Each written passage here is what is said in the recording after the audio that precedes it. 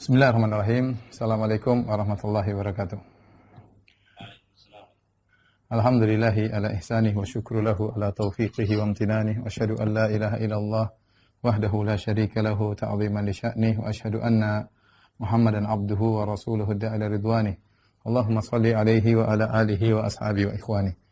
Para ikhwan dan akhwat, para jamaah Masjid Asra yang dirahmati oleh Allah Subhanahu wa taala. Alhamdulillah pada kesempatan kali ini kita berkumpul kembali dalam rangka mempelajari sejarah para sahabat, ya. Sahabat-sahabat Nabi Shallallahu Alaihi Wasallam yang banyak seringkali dipuji oleh Allah Subhanahu Wa Taala dalam Al-Quran. Kuntum khaira ummatin ukhrijat linnas, kanlah umat yang terbaik yang Allah keluarkan bagi manusia.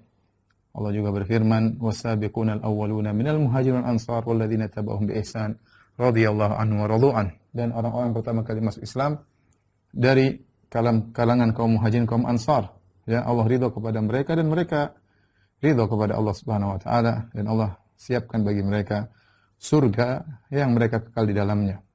Dan begitu banyak ayat memuji para sahabat, ya. Bagaimana tidak dipuji, mereka adalah murid-murid langsung Rasulullah sallallahu alaihi wasallam. Dan para sahabat, ya, memiliki kecenderungan dalam ibadah-ibadah. Contoh, sebagian sahabat mereka cenderung senang dengan jihad fisabilillah, seperti Khalid bin Walid, seperti Abi Ubaidah bin Jarrah, ya. Ini sahabat-sahabat yang senang untuk berjihad. Ada sahabat-sahabat yang terkenal dengan sedekahnya, seperti Utsman bin Affan radhiyallahu taala anhu, Abdurrahman bin Auf radhiyallahu taala anhu. Ada sahabat yang terkenal keras dalam menyampaikan tegas dalam menyampaikan kebenaran, seperti Umar bin Khattab radhiyallahu taala anhu. Dan juga ada sahabat yang terkenal dengan ilmu, ya, seperti Abu Hurairah, kemudian terkenal dengan Ibnu Abbas radhiyallahu taala anhuma, kemudian juga terkenal dengan Al-Qur'an, seperti Ubay bin Ka'ab dan Zaid bin Thabit radhiyallahu taala anhu. Ada sahabat yang mengumpulkan semuanya, seperti Abu Bakar As-Siddiq radhiyallahu taala anhu. Nah, pada kesempatan kali ini kita akan bahas salah seorang sahabat yang terkenal dengan ilmunya, terkenal dengan Al-Qur'annya. Dialah Zaid bin Thabit radhiyallahu taala anhu. Siapakah Zaid bin Thabit? Kita akan tuliskan terlebih dahulu tentang nasabnya.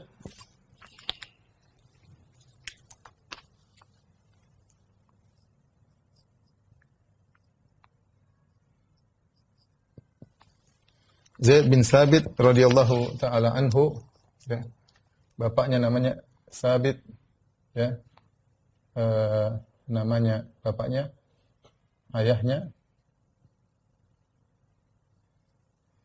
Thabit bin Zaid, ya, bin Zaid An-Najjari. Najjari dari keturunan Malik bin Najjar, An-Najjari, kemudian Al-Khazraji, Al-Ansari. Ayahnya Thabit bin Zaid kemudian menikah dengan ibunya adalah An-Nuwar bintu Malik bin Sirmah bin Adi. Dari pernikahan Thabit dan Nuwar lahirlah dua orang anak. Yang pertama adalah Zaid bin Thabit, ya. Anaknya adalah Yazid.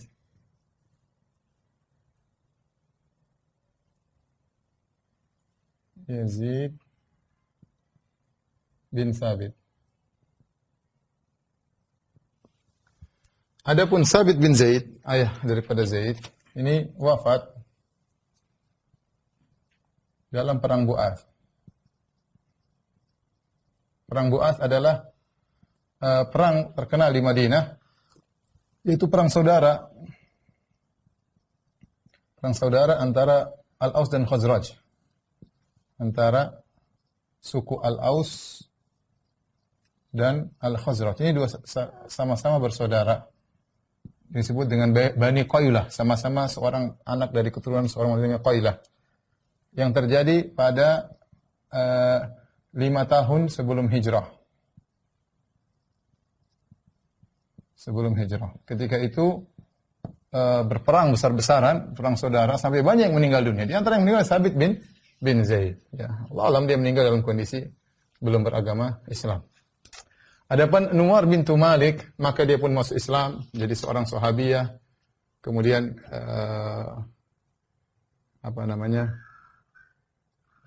meriwayatkan hadis dari Nabi sallallahu alaihi wasallam. Adapun Yazid bin Sabit, saudaranya Zaid, ikut perang Badar dan wafat dalam perang Yamamah. Ma'rakatul Yamamah, ma'ruf al-Yamamah, itu perang melawan Musailimah al-Kadzdzab sekitar tahun 11 Hijriyah, ya, ketika banyak orang-orang murtad di zaman Abu Bakar As-Siddiq radhiyallahu anhu, saudaranya tersebut Yazid bin Sabit meninggal dalam perang tersebut radhiyallahu taala anhu. Taib. Zaid bin Sabit kapan lahirnya? Lahir yaitu 11 tahun sebelum hijrah. Jadi ketika Nabi SAW datang, Zaid bin Sabit umurnya 11 tahun. Berarti ketika ayahnya meninggal 5 tahun sebelum hijrah, berarti ketika itu Zaid yatim dengan usia sekitar 6 tahun. 6 tahun. Taib, ibunya Nuwar bintu Malik kemudian menikah dengan Umarah, ya, seorang sahabat. Setelah itu menikah dengan Umarah bintu Hazm, ya. Umarah bin Hazm atau bin Huzm, ya, radhiyallahu taala anhu. Nah, Umarah bin Huzm ini masuk Islam awal, dia ikut serta dalam Bai'atul Aqabah yang kedua. Bai'atul Aqabah ini sebelum Nabi berhijrah. Aqabah yang kedua. Maka beliau inilah Umarah bin Hazm yang merawat si yatim Zaid. Si yatim Zaid. Karena dia adalah bapak tirinya Zaid bin Sabit radhiyallahu taala anhu. Ya. Umarah bin Zaid. Nah, Umarah bin Zaid ini juga wafat sama tahun 11 Hijriah dalam perang Yamamah. Perang Al-Yamamah itu perang besar ketika melawan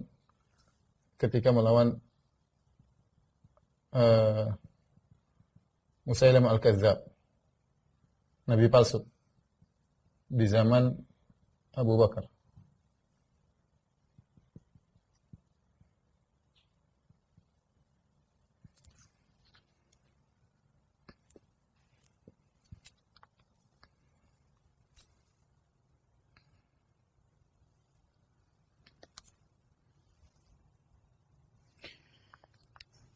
Kemudian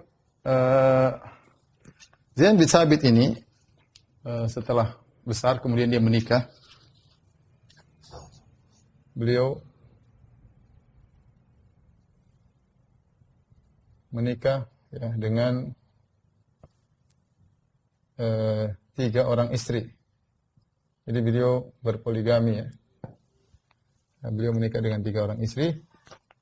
Istri pertama, ya, adalah Ummu Jamil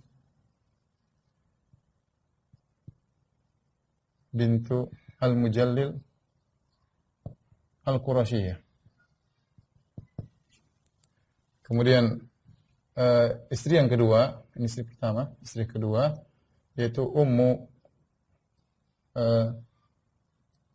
Sa'ad binti Sa'ad bin Rabi' radhiyallahu taala anhu. bin Sa'ad binti Sa'ad bin Rabi.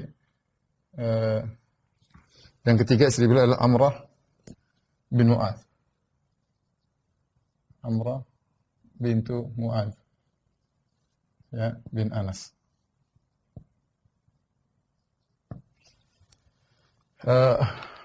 Ummu Jamil ini adalah janda, memiliki 2 anak, ya.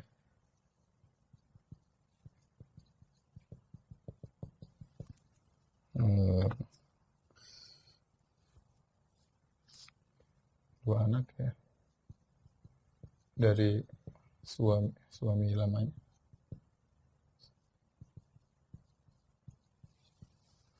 Yaitu Hatib bin Harits.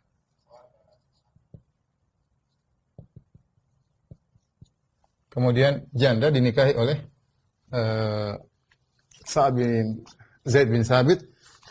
Kemudian punya anak namanya Sa'id bin Zaid bin Sabit. Nah, Zaid menikah dengan Ummu Sa'ad binti Sa'ad bin Rabi, punya anak banyak. Ini anaknya banyak sekali. Anaknya banyak. Di antaranya yang terkenal adalah Kharijah, ya, bin Zaid bin Sabit. Kharijah ini adalah fuqaha al-Madinah as-sab'ah. Di antara 7 orang yang ahli fikih terkenal di kota Madinah. Ini juga anak beliau banyak.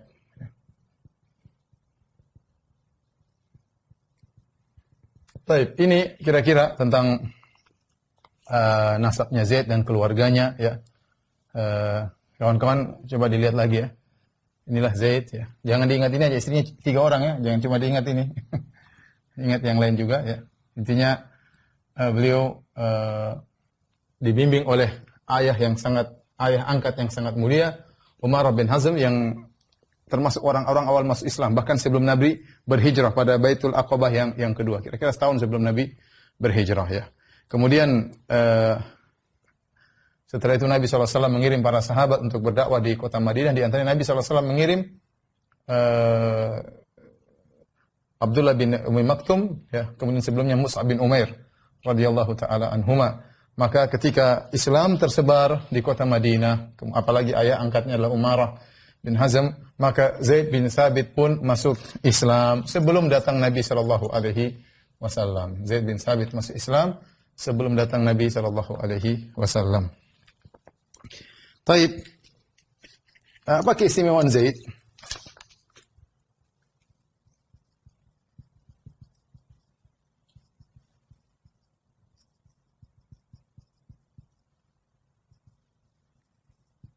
Keistimewaan banyak, kita tulis sebagiannya saja. Yang pertama,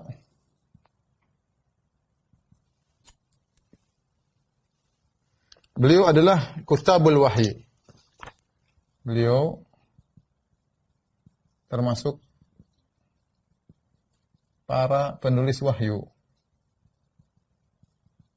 Nanti akan kita jelaskan insyaallah taala. Dan ini maksudnya sekretaris Nabi, pribadi Nabi SAW. Ada beberapa sahabat pilihan Nabi yang untuk mencatat Al-Quran, yaitu penulis wahyu untuk mencatat Al-Quran. Bahkan bukan cuma itu, ya, beliau juga sekretaris Nabi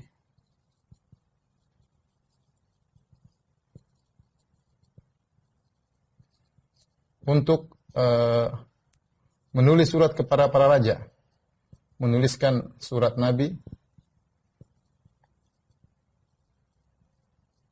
kepada para raja. Beliau juga penterjemah Nabi sallallahu alaihi wasallam. Ya, penterjemah Nabi sallallahu alaihi wasallam.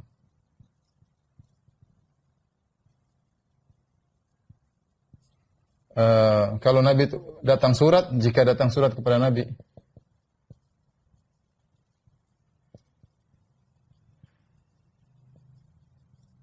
Nabi di raja-raja, maka yang terjemah adalah Zaid bin Sabit, ya. Bahkan disebut, jadi beliau menguasai, ya, datang dalam hadis yang kita bacakan, beliau menguasai bahasa Ibrani,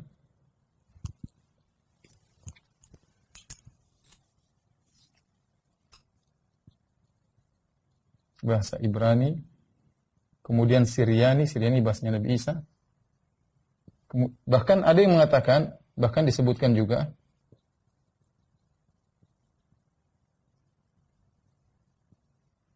karena beliau harus tulis menerus buat Nabi SAW ke raja-raja. Dengan juga beliau menguasai, jadi bakat beliau. Beliau menguasai bahasa ya, Persia, Romawi, kemudian Qibti, itu bahasa Mesir ya. Kemudian Habasyah. Beliau juga menguasai 4 bahasa yang lain, 2 bahasa, jadi beliau menguasai 6 bahasa, tambah bahasa Arab jadi 7 bahasa. Inilah Zaid bin Thabit radhiyallahu taala anhu. Kemudian di antara keistimewaan Zaid bin Thabit radhiyallahu taala anhu ya, beliau ahli faraid. Kata Nabi sallallahu alaihi wasallam,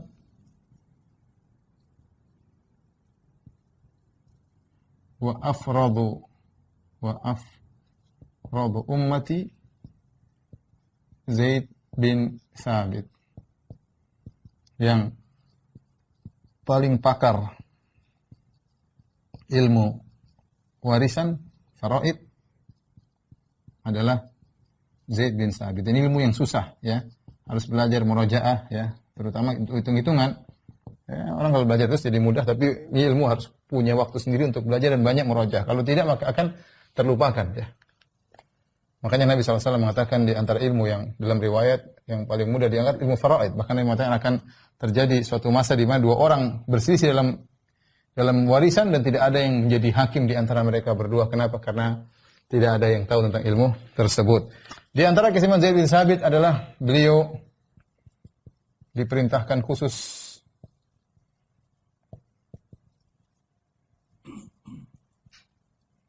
oleh Abu Bakar, lalu Umar, lalu Utsman untuk mengumpulkan Al-Quran. Nanti akan kita ceritakan Al-Quran. Kemudian yang terakhir mungkin saya bisa singgung di antara keistimewaan Zaid bin Thabit adalah beliau yang mendamaikan para sahabat ketika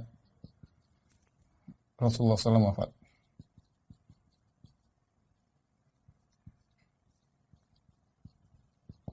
Tapi ini di antara hal-hal yang merupakan keistimewaan Zaid bin Thabit.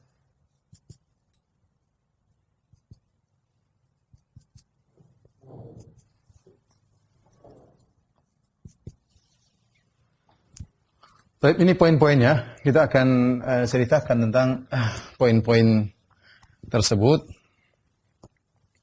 Kita akan ceritakan poin-poin tersebut biar difoto. Ya. Baik, para ikhwan dan akhwat yang dirahmati oleh Subhanahu wa taala. Adapun Islamnya Zaid bin Thabit sudah kita jelaskan tadi bahwasanya beliau dirawat oleh ayah angkatnya ya Umar bin Hazm yang sahabat yang mulia yang begitu merawat Zaid dengan baik, yaitu sebagai anak yatim ya, Umar memperhatikan dengan baik, mengajar Islam kepadanya sehingga Zaid pun masuk Islam. Demikian juga Islam tersebar di kota Madinah dengan dakwahnya Musa bin Umair radhiyallahu anhu dan juga Abdullah bin Ummi Maktum. Ketika Nabi SAW datang, ketika itu Zaid bin Thabit umurnya 11 tahun. 11 tahun, maka kemudian Zaid didatangkan kepada Nabi SAW. Maka orang berkata, "Ya Rasulullah, hadza gulamun min Bani Najjar." Ya, kata Zaid bin Thabit An-Najjari Al-Khazraji Al-Ansari. Inilah seorang anak dari pemuda atau remaja dari Bani Najjar. Waqad qara'a mimma unzila 'alaika 17 surah. Zaid bin Thabit sudah menghafal 17 surat sebelum engkau datang wahai Rasulullah sallallahu alaihi wasallam. Akhirnya kata Zaid, faqara'tu ala Rasulillah sallallahu alaihi wasallam, aku bacaan 17 surat tersebut di hadapan Nabi sallallahu alaihi wasallam. Nabi belum datang, dia sudah hafal 17 surat. Fa'ajabahu dzalik, maka Nabi pun senang dengan hal tersebut. Nabi melihat bagaimana Zaid bin Thabit seorang yang cerdas ya. Sehingga Nabi berkata, "Ya Zaid, ta'allam li kitab Yahud." Wahai Zaid, tolong belajar untukku, untuk belajar bagaimana bahasanya orang-orang Yahudi. Fa inni wallahi la ma amanuhum ala kitabi. Sungguhnya aku tidak merasa aman kepada mereka dengan tulisan-tulisanku ya. Qala, perhatikan sini yang menakjubkan di sini. Kata Zaid bin Thabit, yaitu bahasa Ibraniyah. Nabi suruh Zaid, karena Nabi lihat Zaid orang yang cerdas, Nabi suruh Zaid bin Thabit radhiyallahu anhu untuk belajar bahasa Ibrani. Fata'allamtuhu fama madha li nisfu syahrin hatta hadaqtuhu. Kata Zaid bin Thabit, maka aku belajar bahasa Ibraniyah. Karena kita tahu di Madinah Zaid belajar kaum muslimin bertetangga dengan orang Yahudi, terutama dari Bani Qainuqa, Bani Nadir dan Bani Quraidah. Kata Zaid bin Thabit, maka aku belajar bahasa Ibrani belum sampai setengah bulan, aku sudah tidaklah lewat setengah bulan kecuali aku sudah menguasainya. Hatta hadaqtu itu artinya aku benar-benar menguasai dan mahir dalam berbahasa Yahudi. Ya, dan ini bukan perkara yang mudah. 15 hari dari bahasa Arab kemudian mahir dalam bahasa Ibrani ya. Maksudnya ini butuh kecerdasan yang luar biasa. Ya, oleh karenanya para sahabat cerdas. Ini bukti. Bagaimana tidak jelas 15 hari kemudian mahir dalam bahasa Ibrani. Bahkan dan ini hadis riwayat Bukhari. Bahkan Nabi bahkan Zaid tidak mengatakan saya bukan cuma bisa, sekedar bisa, tapi kata Zaid bin Thabit, hatta hadaqtuhu, yaitu aku sampai mahir dalam bahasa Ibrani tersebut. Wa kuntu aktubu li Rasulullah sallallahu alaihi wasallam idza kataba lahum. Aku menulis kalau ada Nabi ingin kirim surat kepada mereka, aku tuliskan surat kepada mereka dengan bahasa tersebut. Dalam riwayat yang lain ya, ketika Zaid dikatakannya Rasulullah, Zaid bin Thabit sudah hafal 17 surat, maka kata Zaid bin Thabit, fastaqra'ani, kata Nabi SAW, coba bacakan suratnya. Maka Zaid baca surat Qaf wal Qur'anil Majid, dan seterusnya. Ini surat cukup panjang, lumayan dari Al-Mufassal ya. Yang 17 surat lumayan panjang, banyak yang sudah dihafal oleh Zaid bin Thabit radhiyallahu taala anhu. Dan ini tujuan Nabi SAW menyuruh Zaid bin Thabit untuk belajar bahasa asing agar jangan terpedaya oleh mereka dan agar mengerti tentang bagaimana tulisan mereka ya. Dan ini penting. Makanya Nabi suruh Zaid bin Thabit untuk belajar bahasa mereka. Buat apa? Untuk menjaga Al-Qur'an. Untuk menjaga Al-Qur'an. Karena kita tahu bahwasanya Al-Qur'an adalah satu-satunya kitab suci yang dijaga oleh Allah Subhanahu wa taala. Makanya Allah mengatakan inna nahnu nazzalna dzikra wa inna lahu lahafizun. Kami yang turunkan Al-Qur'an dan kami akan menjaganya. Beda dengan kitab-kitab sebelumnya, yang dikasih tugas adalah para pendeta yang ditugaskan untuk menjaga kitab-kitab sebelumnya. Makanya Allah mengatakan inna anzalna at-taurata fiha huda wa nur yahkum biha an-nabiyyuna alladhina aslamu lil ladzina hadu war rabbaniyul ahbaru bimastuhfidhu min kitabillah. Kata Allah, kami turunkan Taurat, di situ ada cahaya, dan kami orang-orang alim para nabi berhukum dengan Taurat kepada orang-orang Yahudi. Kemudian juga Taurat diikuti oleh Rabbaniyun wal Ahbar, yaitu para alim ulamanya Yahudi, bimastuhfidhu min kitabillah, dan mereka ditugaskan untuk menjaga kitabullah. Tapi ternyata mereka tidak bisa menjaga Taurat ya. Fanasu hadzam mimma dzukiru bih, mereka lupa ya. Kemudian juga mimma kuntum tukhfun, mereka juga menyembunyikan, ada yang mereka lupa, ada yang mereka sembunyikan. Ya, kemudian yuharrifunal kaliman mawadhi'ihi, mereka juga merubah-rubah tafsirnya. Ya, kemudian di antaranya mereka nambah-nambah tulisan fawailul ladzina yaktubunal kitaba bi aydihim tsumma yaqulun hadza min indillah. Celaka bagi orang yang menulis Alkitab atau Taurat dengan tangan-tangan mereka sendiri, kemudian mereka mengatakan dari sisi Allah Subhanahu wa taala. Sehingga dirubah-rubah ya, sampai sekarang terjadi banyak tahrifat, penyimpangan-penyimpangan dalam kitab suci mereka. Adapun Al-Qur'an Allah yang jaga. Bagaimana cara Allah jaga? Allah siapkan orang-orang yang akan menjaga Al-Quran. Di antaranya para hufadzul Quran, orang-orang hafal Al-Quran. Subhanallah. Kata Allah, "Walaqad yassarna lidzikri wa laqad yassarna al-Qur'ana lidzikri fa hal min mudakkir." Sudah kami memudahkan Al-Quran untuk diingat di antara tafsirannya. Oleh karena Al-Quran dihafal oleh banyak orang. Kalau ada satu orang mengurangi satu huruf saja, anak-anak kecil orang kaum muslimin sudah tahu. Bukan cuma di penjuru alam semesta. Mau di Pakistan, mau di Indonesia, mau bahkan di Eropa, bahkan di Rusia, Ada anak-anak kecil yang mereka hafal Quran. Kalau sampai satu huruf saja dikurangi atau dua huruf dikurangi, ya harokatnya dirubah, maka anak-anak tersebut tahu. Kenapa? Karena mereka diberi kemudahan untuk hafal Quran. Ya. Dan ini suatu keajaiban. Oleh karena ketika Allah mengatakan, Inna nahnu nazzalna dzikra, kami yang telah menurunkan Al-Quran, wa inna lahu lahafidhun, dan kami akan menjaganya, maka Allah siapkan sebab-sebabnya. Di antara sebab-sebabnya adalah Allah siapkan orang seperti Zaid bin Thabit. Ya. Allah siapkan orang Zaid bin Thabit, ya. Yang cerdas dalam hafal Al-Quran, ya. Dan juga sahabat-sahabat yang lain, ya. Jadi Nabi SAW menyuruh Zaid untuk belajar bahasa Ibrani agar Rasulullah, wallahi ma amanhum ala kitabi, ya, aku tidak merasa aman dari mereka dari kitabku, apakah yang dimaksud Al-Quran atau suratku, tapi intinya Zaid belajar bahasa Ibrani untuk kepentingan Nabi sallallahu alaihi wasallam, menjaga tulisan-tulisan Nabi sallallahu alaihi wasallam, di antaranya Al-Qur'an. Ya, taib. Dalam riwayat yang lain, ya. Qala li Rasulullah sallallahu alaihi wasallam bertanya kepada Zaid, "Atuhsinu Siryaniyah? Innaha ta'tini." Wahai Zaid, apakah kau bisa bahasa Siryaniyah? Kalau Ibriyah bahasa Nabi Musa alaihissalam, kalau Siryaniyah bahasa Nabi Isa alaihissalam. Innaha ta'tini, dia itu datang kepadaku surat-surat dengan bahasa Siryaniyah. Qultulah, aku tidak bisa ya Rasulullah. Kata Rasulullah SAW, fata'allamha, belajarlah kau bahasa Siryaniyah. Maka kata Zaid, fata'allamtuha fi 17 yauman. Aku mempelajari bahasa Siryaniyah dalam waktu 17 hari. Dalam waktu 17 hari. Bahasa Ibraniyah 15 hari, bahasa Siryaniyah 17 hari. Dan kita tahu, dalam riwayat yang lain disebut oleh para ulama, tadi saya sebutkan Zaid belajar juga bahasa Habasyah, yaitu bahasa Ethiopia, kemudian juga belajar bahasa Persia, belajar juga bahasa Romawi, dan belajar bahasa Kipti, yaitu bahasa Mesir, sehingga 6 bahasa dia kuasai. Dan kita tahu orang kalau mengerti bahasa lain maka pengetahuannya luas. Ya. Orang semakin mengerti bahasa lain, pengetahuannya sebenarnya menunjukkan kecerdasan Zaid bin Thabit. Oleh karenanya beliau pakar di antara bentuk kecerdasannya. Ya, beliau dipilih oleh Nabi SAW untuk belajar bahasa-bahasa tersebut, dipilih menjadi kutabul wahyi, menjadi sekretaris Nabi SAW untuk menulis wahyu.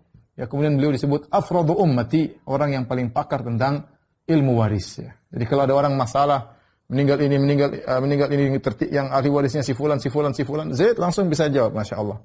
Dan itu ilmu bukan ilmu yang mudah. Ya. Siapa orang hebat tersebut? Zaid bin Thabit radhiyallahu taala anhu. Jadi intinya Zaid bin Thabit masuk Islam sebelum Nabi datang. Kemudian pada tahun kedua Hijriyah terjadi perang Uhud. Itu sebagaimana pernah kita ceritakan tentang perang Uhud, yaitu ketika itu Zaid umurnya 13 tahun. 13 tahun. Perang Uhud pada tahun ketiga Hijriyah, berarti Zaid sekitar 11-14 tahun ya. Maka Zaid bin Thabit ikut dalam perang Uhud. Namun di tengah perjalanan menjelang peperangan, Nabi SAW memeriksa pasukan. Yang masih kecil disuruh pulang. Banyak yang disuruh pulang. Ya, ada Ibnu Umar disuruh pulang, Abu Sa'id Al-Khudri radhiyallahu anhu disuruh pulang. Ya. Di antaranya Zaid bin Thabit tidak boleh ikut perang.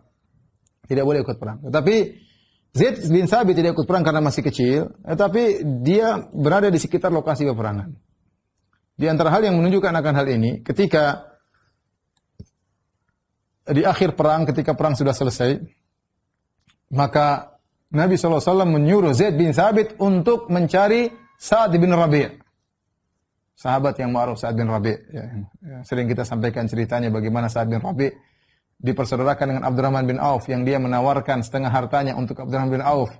Dan dia juga yang menawarkan salah satu istrinya kepada Abdurrahman bin Auf. Dia mengatakan, Abdurrahman, saya punya istri lebih dari satu.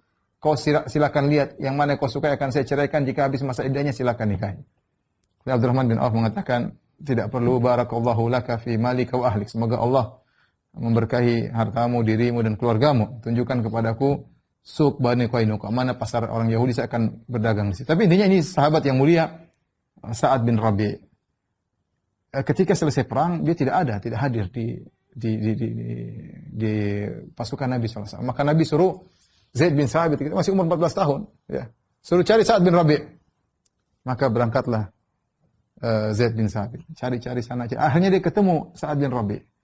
Kemudian dia berkata, wahai Sa'ad bin Rabi', Inna Rasulullah SAW yukri'uka salam.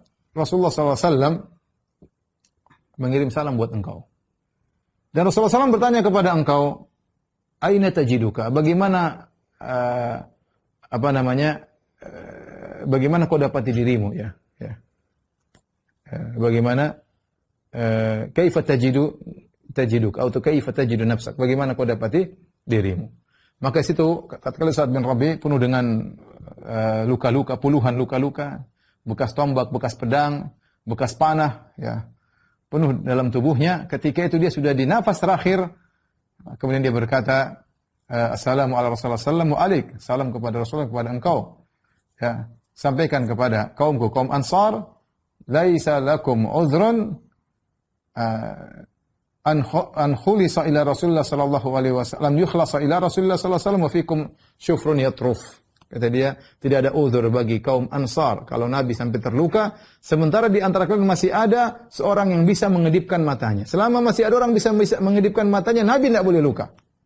Akhirnya dia meninggal dunia. Ya, waktu ditanya, "Kaifa tajidu nafsak?" Bagaimana kau dapat dirimu? Kata Sa'ad bin Rabi, "Ajidu rihal jannah min qibali Uhud." Aku mencium bau surga dari arah gunung Uhud. Kemudian dia pun meninggal dunia radhiyallahu taala anhu.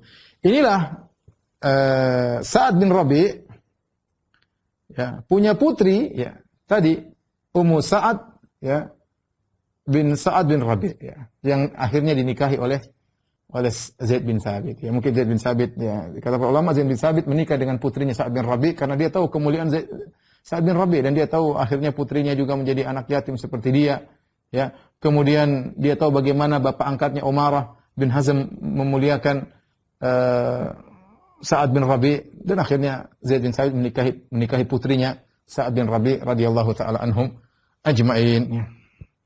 Jadi beliau tidak ikut dalam peperangan, tapi beliau berada di sekitar perang Uhud. Setelah itu beliau ikut peperangan perang Khandaq, perang selanjutnya bersama Rasulullah sallallahu alaihi wasallam. Adapun di antara keistimewaan beliau, ya, adalah beliau adalah Kitabul Wahyi. Di sana ada orang-orang spesial yang diangkat oleh Nabi sallallahu alaihi wasallam sebagai pencatat wahyu-wahyu Allah Subhanahu wa taala. Ya.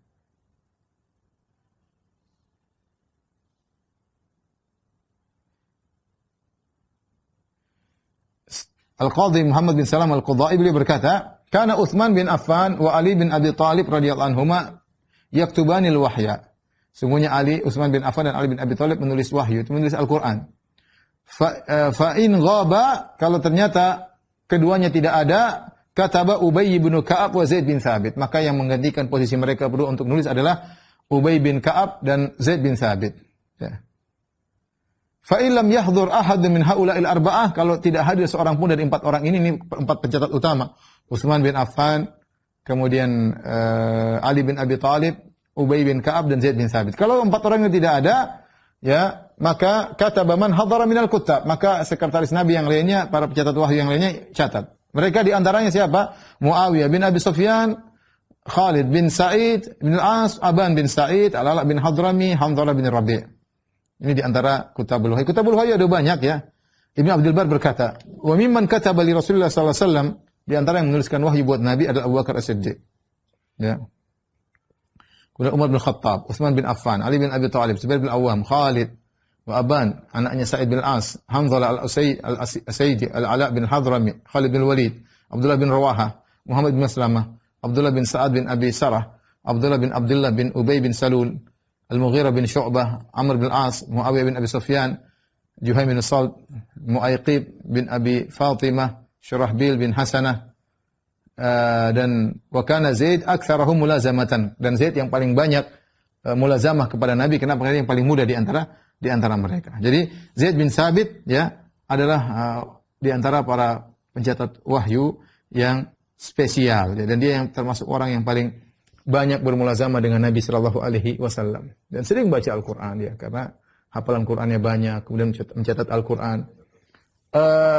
Di antara hal yang menunjukkan bagaimana sibuknya Zaid bin Thabit dengan Al-Qur'an, hadis yang diriwayatkan oleh Imam Al-Bukhari dari Anas bin Malik radhiyallahu taala anhu, bahwasanya Anas berkata, An Zaid bin Sabit, dari Zaid bin Sabit. Zaid berkata, tasaharna ma'an Nabi sallallahu alaihi wasallam. Kami bersahur bersama Nabi sallallahu alaihi wasallam. Ini sering disampaikan ketika bulan Ramadan, bagaimana di antara sunnah adalah sahur bareng. Di antara yang jadikan dalil adalah hadis Zaid bin Sabit. Bahwasanya kata Zaid, tasaharna ma'an Nabi sallallahu alaihi wasallam. Kami bersahur bersama Nabi sallallahu alaihi wasallam.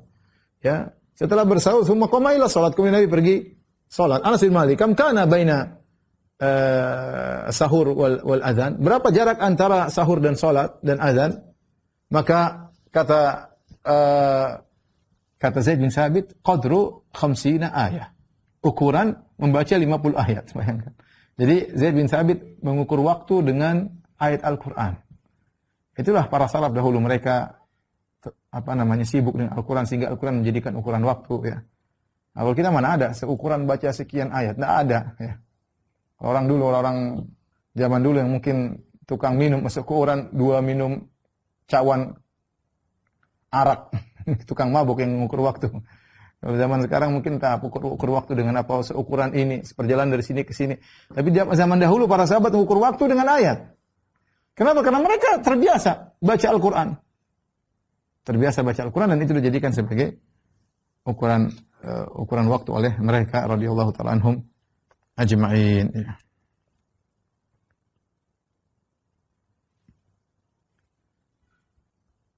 Baik, adapun bagaimana proses pencatatan Al-Quran, ya.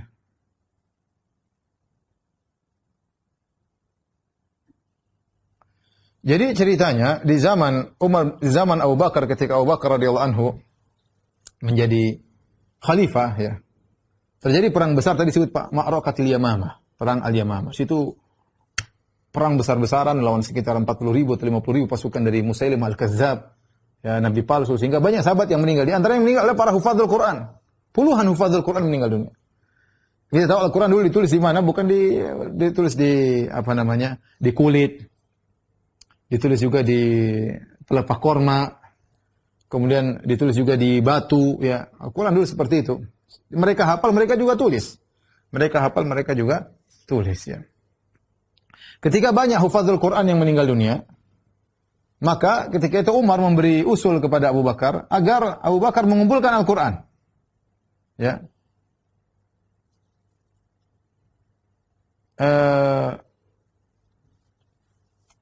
Akhirnya Abu Bakar tadinya tidak mau dibujuk-bujuk lagi oleh Umar. Kata Abu Bakar, gimana saya mau nulis melakukan sesuatu yang Nabi tidak melakukannya. Nabi tidak pernah mengumpul Al-Quran. Ya. Kata para ulama, jelas Nabi tidak bisa mengumpul Al-Quran karena ketika itu Nabi masih turun ayat dan belum sempurna Al-Quran. Lagi pula ada nasikh dan mansukh, ya. Sehingga tidak bisa dibukukan, ya. Tidak bisa dibukukan. Kenapa? Karena akan ada surat yang mungkin ada ayat yang mungkin dimansuhkan, diganti dengan ayat yang baru, ya. Terkadang di tengah perjalanan ada ayat turun, jadikan ini di surat Al-Baqarah, sehingga tidak bisa diatur ketika itu, sehingga sebagian orang nulis sebagian ayat, sebagian nulis sebagian surat, ya.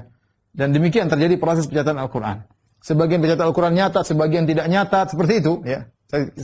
Kita katakan tadi ternyata yang nulis adalah Utsman bin Affan sama Ali bin Abi Thalib. Kalau enggak ada, yang nulis adalah Ubay bin Ka'ab dan Zaid bin Sabit. Jadi tidak semua nulis semuanya, terpencar-pencar. Ya, meskipun ada yang hafal Quran seluruhnya, tapi yang nulis tidak semuanya, ya. Dan sebagian nulis dengan lahja atau dengan bahasa, ya, yang mungkin bukan orang Quraisy. Ya, kita tahu bahwasanya suku-suku Arab banyak. Terkadang ada beda-beda sedikit di antara mereka. Oleh nanti tatkala Utsman bin Affan menyuruh Zaid bin Sabit nulis Al-Qur'an, kalau ada khilaf di antara para sahabat tentang huruf apa atau bunyinya bagaimana, maka dikembalikan kepada bahasa Quraisy karena mereka lebih paham tentang bahasa Arab dan Nabi sallallahu alaihi wasallam adalah orang Quraisy. Oleh karenanya ketika Umar memandang Al-Quran bisa hilang dengan wafatnya para penghafal Quran, maka Umar kasih ide kepada Abu Bakar, ya, untuk mengumpulkan Al-Quran, ya. Ketika itu Abu Bakar kemudian setuju, kemudian Abu Bakar mengirim orang untuk memanggil Zaid bin Sabit, ya.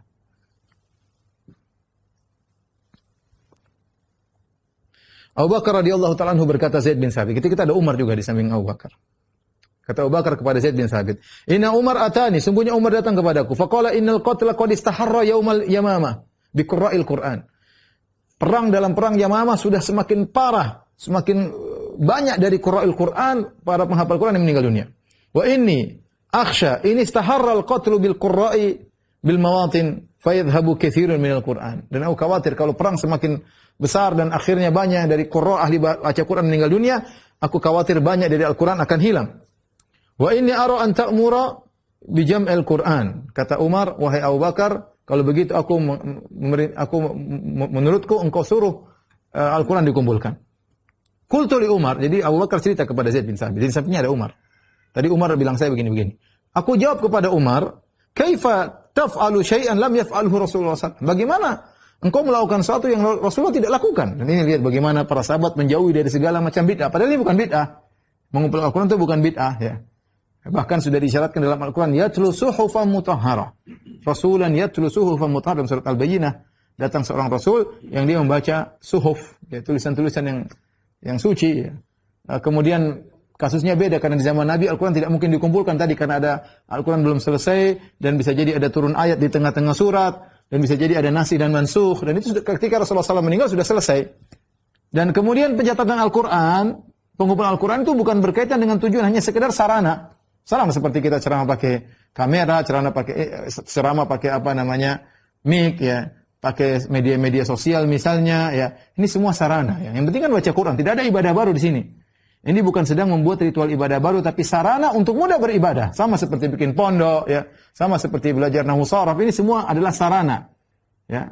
Termasuk dari bab al-masalihul mursalah, yaitu perkara yang maslahat, yang mendukung adanya suatu ibadah, bukan ritual ibadah tertentu, ya.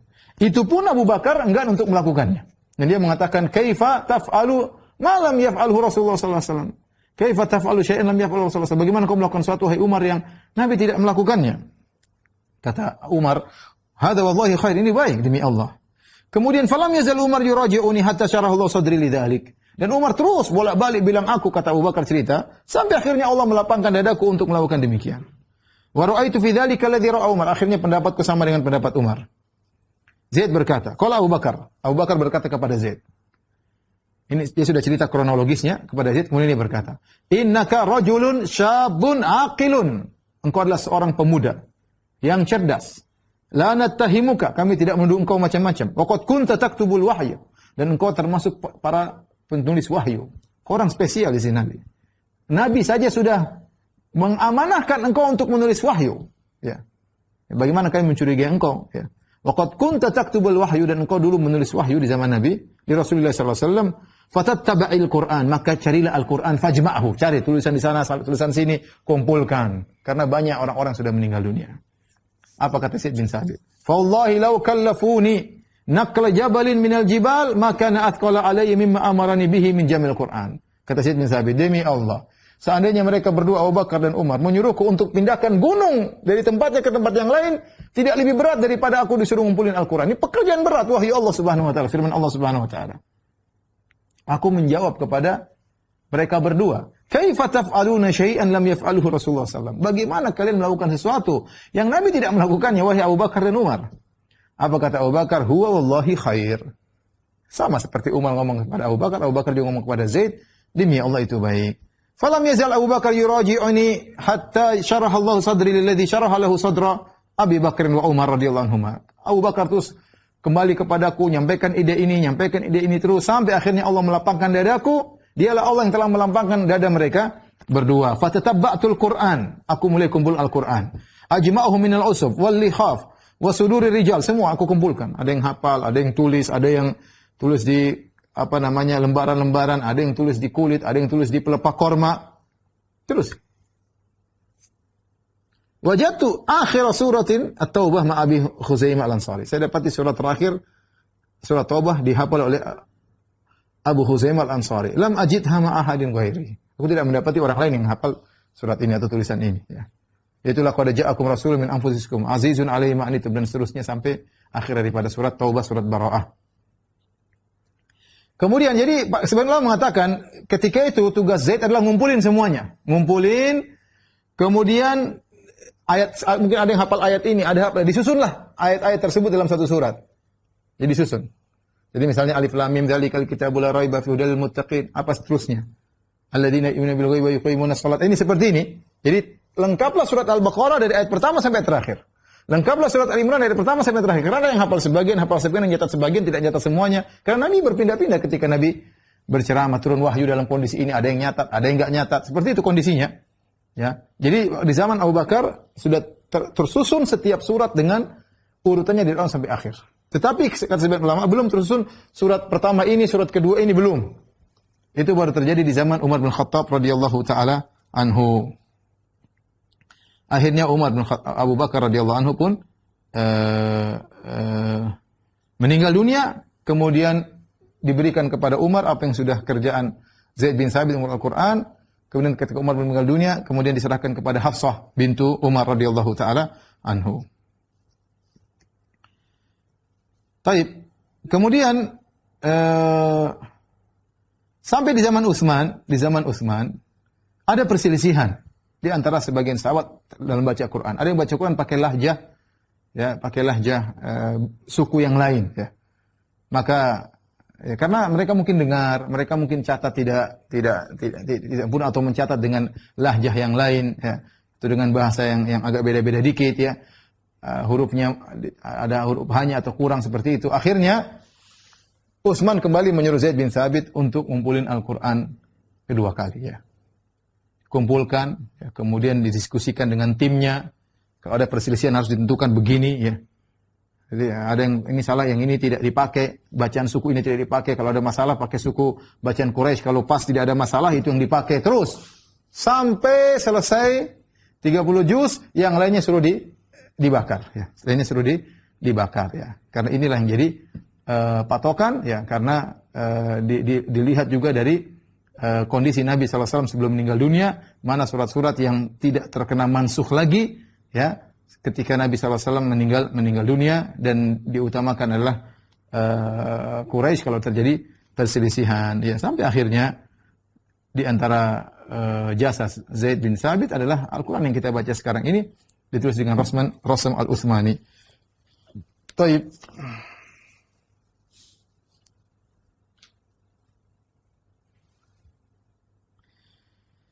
Ini di antara jasa Zaid bin Sabit radhiyallahu taala anhu, ya.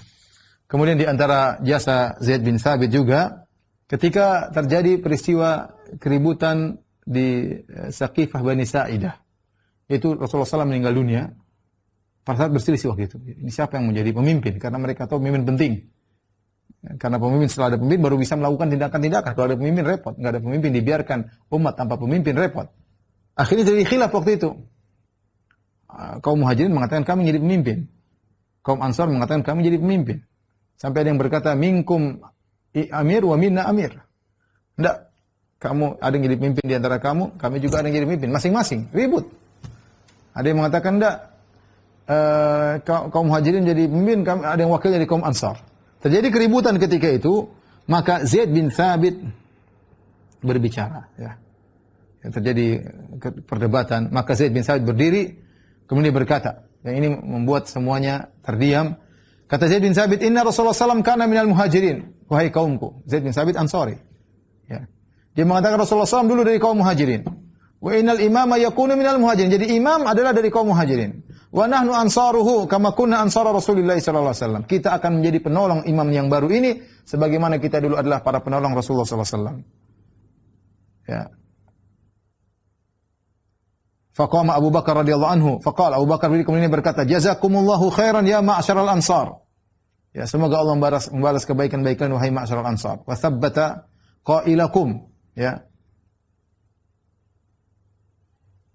Kemudian summa akhadha Zaid bin Thabit bi yadi Abi Bakar. Kemudian Zaid bin Thabit memegang tangan Abu Bakar, faqala hadza sahibukum fabay'uh. Inilah imam kalian maka baiatlah. Akhirnya orang-orang baiat kepada Abu Bakar dan selesai perselisihan di antara para sahabat, dan ini adalah perkara yang perlu diingat tentang jasa Zaid bin Thabit radhiyallahu taala anhu.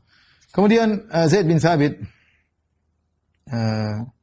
radhiyallahu taala anhu adalah seorang alim dari kalangan para ulama ya, dan diakui oleh para sahabat yang lain ya. Disebutkan ketika ibunya meninggal dunia ya, maka Zaid bin Sabit menyolatkan ibunya ya.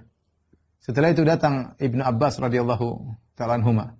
Kemudian Zaid bin Sabit naik baglah. Baglah itu hewan persilangan antara kuda dengan himar. Kemudian Ibnu Abbas menyiapkan tempat pijakan naik baglah, naik bekol, disiapin. Kata Zaid bin Sabit, jangan, minggirkan. Kata Ibnu Abbas, hakadha umirna naf'al bi ulama'ina wa kubara'ina. Demikianlah kami diperintahkan untuk berbuat kepada para ulama kami. Itu dilayani oleh Ibnu Abbas. Pada Ibnu Abbas siapa? Ibnu Abbas adalah sepupu Nabi sallallahu alaihi wasallam ya, karena dia memuliakan Zaid bin Sabit radhiyallahu taala anhu. Dan Zaid bin Sabit mengajar Al-Qur'an, mengajar ilmu faraid ya. Pakar dalam ilmu faraid. Sebagian ulama ketika ada khilaf dalam masalah faraid, mereka mengambil pendapat Zaid bin Sabit karena Nabi berkata afradu ummati Zaid bin Sabit, yang paling pakar ilmu faraid adalah Zaid bin Sabit. Sampai akhirnya beliau meninggal dunia sekitar tahun ada yang bilang 54 Hijriah, ada yang mengatakan 50 Hijriah ya. Ketika meninggal dunia, maka datanglah Ibnu Abbas. Setelah dikuburkan Zaid, maka dia berkata, hakadha dhahabal ilm. Inilah perginya ilmu. Inilah perginya ilmu. Ini contoh bagaimana ketika Zaid bin Sabit radhiyallahu meninggal dunia, banyak ilmu yang pergi bersama Zaid bin Sabit radhiyallahu taala anhu. Demikianlah para ikhwan dan akhwat yang dirahmati Allah Subhanahu wa taala, sejarah singkat dari sahabat yang mulia Zaid bin Sabit radhiyallahu anhu. Wallahu a'lam bishawab. Demikian saja yang bisa saya sampaikan, kurang lebihnya saya mohon maaf. Wabillahi taufiq wal hidayah. Assalamualaikum warahmatullahi wabarakatuh.